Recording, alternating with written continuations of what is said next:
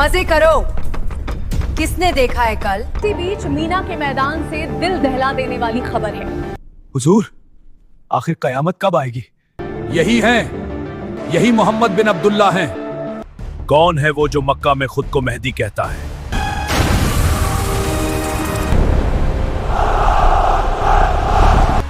दज्जाल आ गया।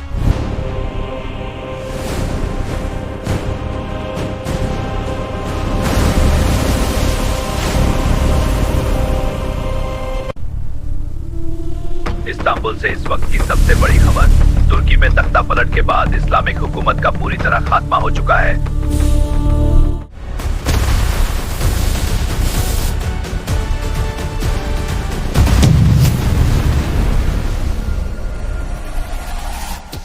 मजे करो। किसने देखा है कल? आज की रात हमारी है और ये दुनिया भी। कोई रोकने वाला नहीं है हमें। ये लाइटें क्यों बुझ गई? मेरे फोन की स्क्रीन ब्लैक क्यों हो गई? साल 2404 AD। इंसान ने टेक्नोलॉजी की वो बुलंदी छू ली थी जो कभी सिर्फ एक ख्वाब थी। AI और सुपर कंप्यूटर्स ने इंसान को खुदा होने का झूठा एहसास करा दिया था। गुनाह अब छुपकर नहीं, फख्र से किया जाता है। मगर फिर कुदरत ने अपना स्विच ऑफ कर लिया।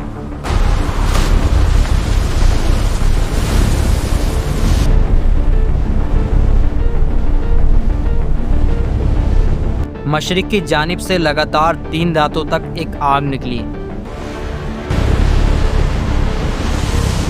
और आसमान पर एक ऐसा सितारा नमूदार हुआ जिसकी कॉस्मिक मैग्नेटिक वेव्स ने दुनिया भर के हर माइक्रोचिप, हर सैटेलाइट, हर मिसाइल और हर AI सिस्टम को पलक झपकते ही राख कर दिया। दुनिया वापस से ज़ीरो पर आ चुकी थी। असलहों और बारूदों का दौर अब ख़त्म हो चुका था।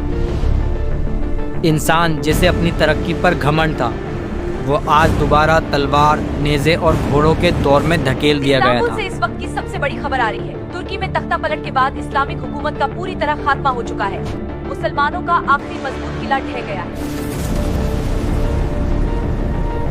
और इसी बीच मीना के मैदान से दिल दहला देने वाली खबर है। हज के मौके पर हाजियों को लूटा गया है।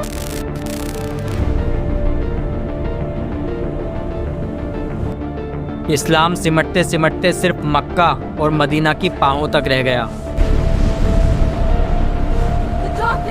मुसलमान हर तरफ से घिर चुके हैं। In the shadows, greed consumes them. गुनाह सरेआम हो रहा है।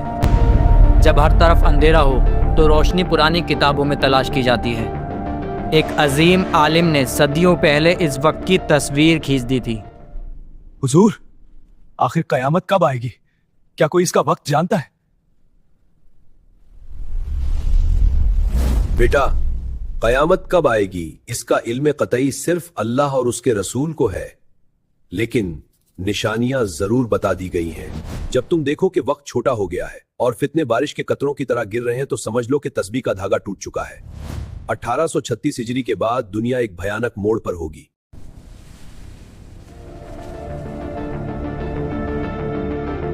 लोग ढूंढ रहे हैं उस रहनुमा को जो उन्हें इस जहन्नम से निकाल सके। एक शख्स मदीना में है जो शोहरत से भागते हैं। वो मक्का की तरफ हिजरत करके आ गए हैं।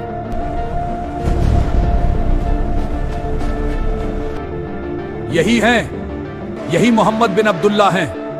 हुजूर, खुदा के लिए इनकार मत कीजिए, उम्मत तबाह हो रही है, हमें आपकी फैज़ चाहिए।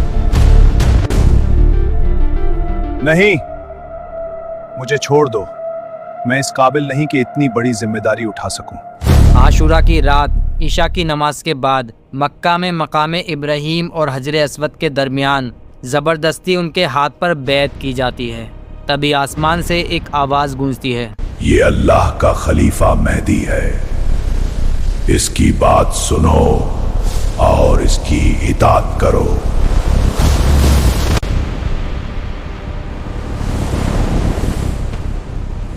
दमिश्क की खुश्क वादी से एक फितना उठता है। एक भयानक शख्स जिसके चेहरे पर चेचक के दाग हैं। ये जालिम औरतों के पेट चाक करता है और बच्चों को बेदर्दी से कत्ल करता है। कौन है वो जो मक्का में खुद को मेहदी कहता है? जाओ, मेरी फौज लेकर निकलो और उस सरजमीन को खून से लाल कर दो। मुझे उस शख्स का सर चाहिए।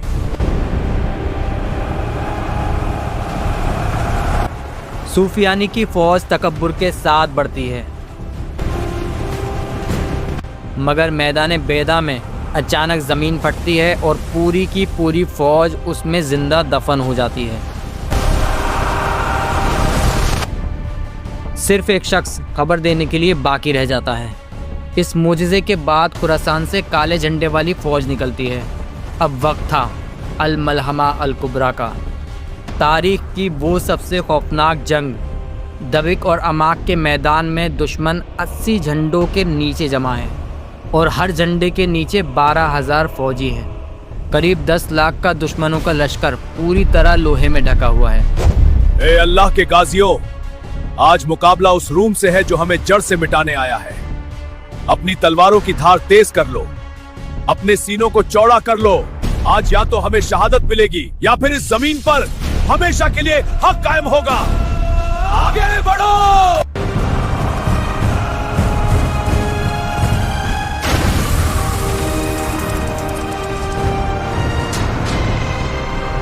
जंग शुरू होती है।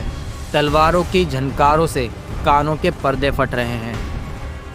घोड़ों की टापों से उड़ने वाली धूल ने सूरज को इस तरह छुपा लिया है कि दिन में रात का अंधेरा छा गया है। खून पानी की तरह बह रहा है। ये जंग लगातार 3 दिन तक चलती है।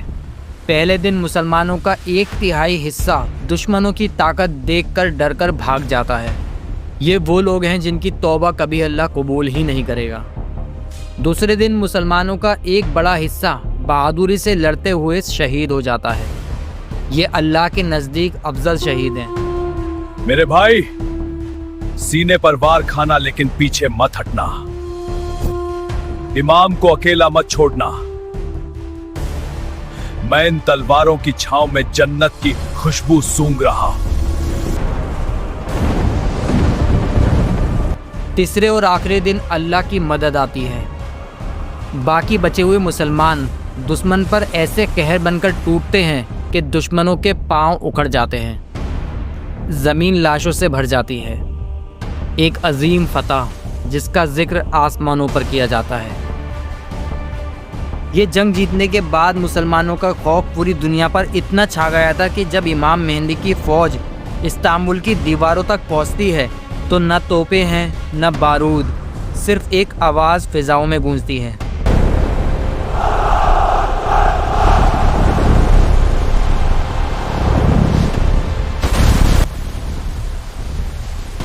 इस तकबीर से दीवारें अपने आप ढेर हो जाती हैं। लोग माले गनीमत जमा कर रहे थे कि अचानक से एक आवाज़ फ़ज़ाओं में जहर घोल देती है। दज्जाल आ गया! उसने तुम्हारे पीछे तुम्हारे घरों पर कब्जा कर लिया है। भागो, अपनी जान बचाओ। ये झूठ था या सच, मगर इस एक खबर ने सब कुछ बदल दिया।